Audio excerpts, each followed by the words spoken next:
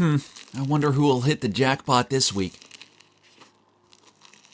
How about that blonde Joseph? Nah, he's too slow. Or there's Arthur. But last time that weakling even struggled to carry my tray of food.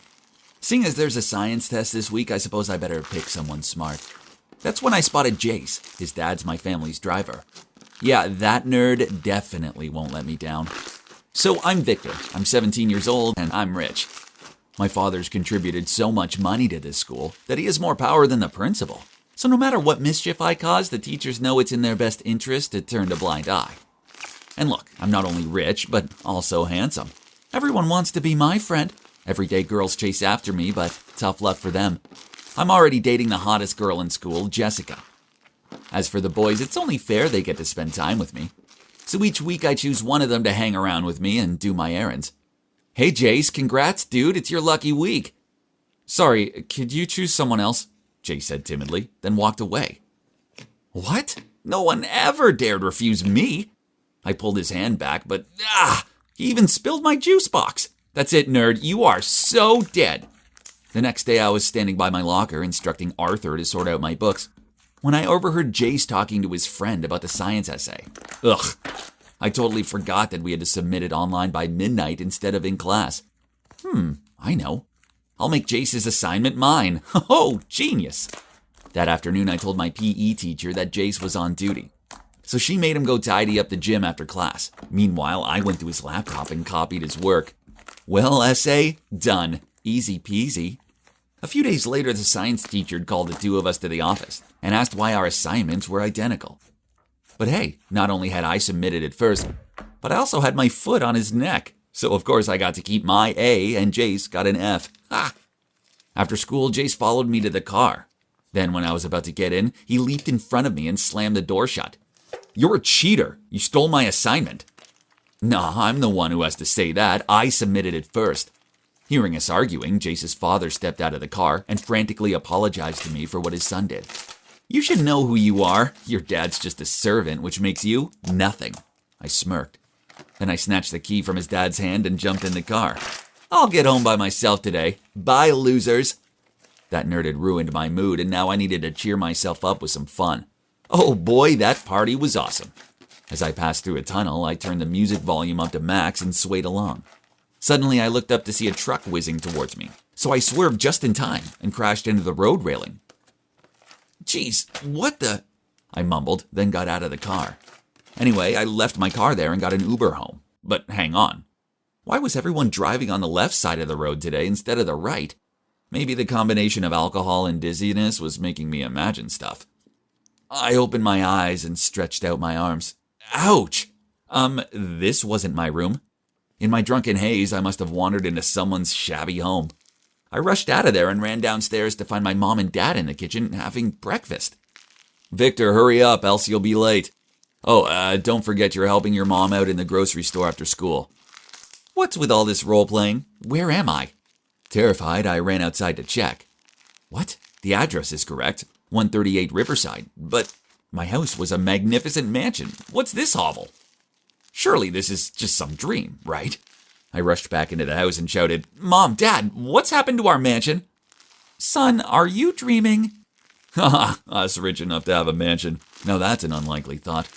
Now go change your clothes and I'll take you to school. No way. This was just a bad dream. Which often ends when we reach another location, right?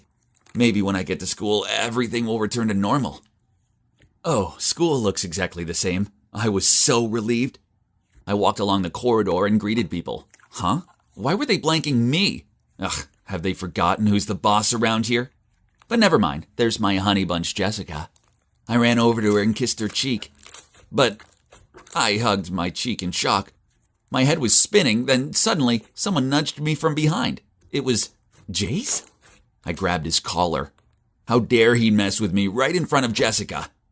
Get your hands off my boyfriend. You're Jace's choice this week, so mind your attitude. Jace chose me?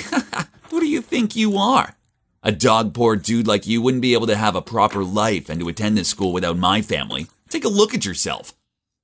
Honey, ignore him. Let's go. Jessica rubbed his arm and then they both left. I stood there dumbfounded. What on earth was going on? I felt like I tumbled into an alternate universe. I slapped myself in the face to snap out of it. Ouch! Why wasn't I waking up from this nightmare? This all started with that tunnel, right? If that was the door into this world, then it would also be the door out of this insanity. So I got in a cab to go back there. But wait, where was the tunnel? I made the driver go back and forth a few times, but it wasn't there. Then I ran out of money for the ride back, so the driver just left me there. Bewildered, I wandered around aimlessly till I reached a grocery store, where I spotted my mom working. Gosh, my mom, who always had servants around, now had to work her butt off? I couldn't bear seeing her like this and rushed over to help her. The next day I woke up early and thought that I'd choose a decent outfit to go to school. Well, life has to go on, so while I'm still stuck here, I should at least play my part. But, this version of me has terrible fashion taste. And look, now I've turned into a real nerd. I need to change it up a bit. When I arrived at school and opened my locker, there was a list of orders from Jace. What? Clean all of the dirt off his sneakers? This was nonsense. So I threw the piece of paper into the trash. Then out of nowhere, Arthur quickly picked it up and whispered into my ear. Dude, I suggest you do as Jace says. Why? He's ridiculous. To keep the peace. No one actually likes him. We're only nice to him because we don't want any trouble. And seeing Jace approaching, Arthur hurried away. Over the next few days, I saw it firsthand. People sucked up to Jace, but then behind his back, they were mean about him. He walked around like he ruled the school. He even got one kid expelled just because they reported him when he cheated on an exam. Such a spoiled brat. Also, Jessica was such a gold digger. One time I caught her flirting with one of those basketball guys. I even overheard her say, if Jace wasn't a rich kid, I wouldn't look at him twice. He's just an ATM to me.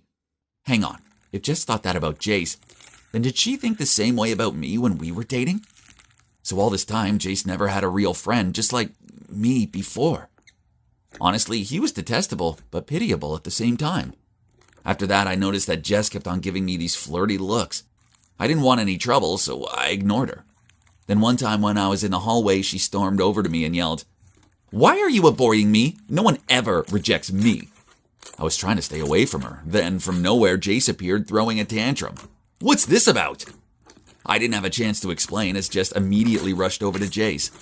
"Honey, he keeps approaching me. He won't leave me alone." "It's not like that. She's using you." I looked at him in panic.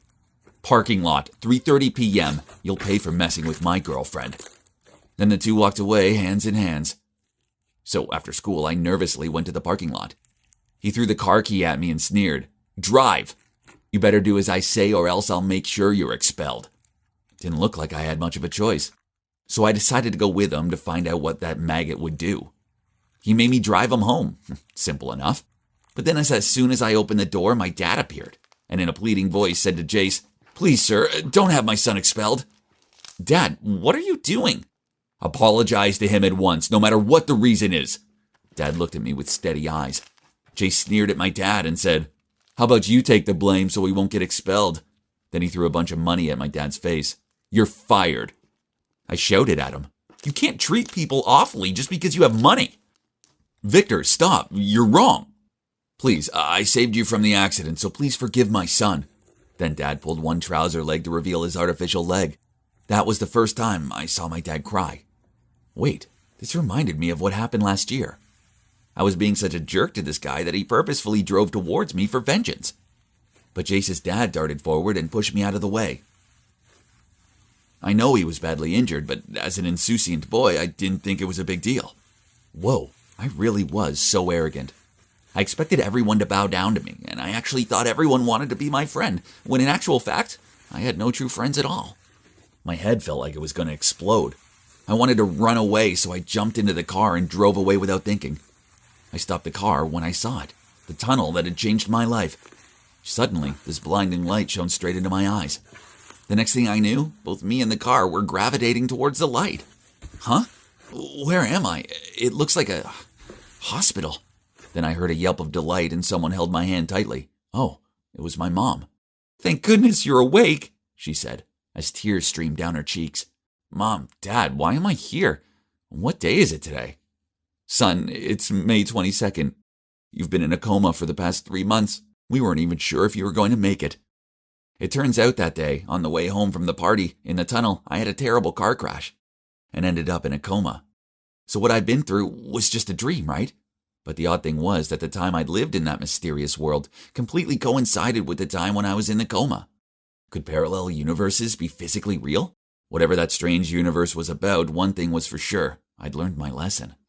After being discharged from the hospital, I went back to being Victor, Jack a dandy. But don't get me wrong, I was not the extravagant me of the past. No, I'm a changed guy. The first thing I did when I returned to my normal life was to break up with that gold digger Jessica. But the hungry leech kept begging me to get back together. How shameless. Next, I for sure have to stop making other kids do my errands, and started to have small talk with them instead of giving orders. Now there was only one thing left to do. I needed to make amends with Jace. I asked my parents to give his dad a raise, and also throw a little dinner party this weekend to invite his family around. As I felt bad that I haven't had a chance to thank Jace's dad properly for what he did for me last year. Of course, my parents gladly agreed and said that they're proud of me for being so thoughtful. So I'm preparing a little peacemaker gift for Jace too. I bet this is going to make him geek out all the way.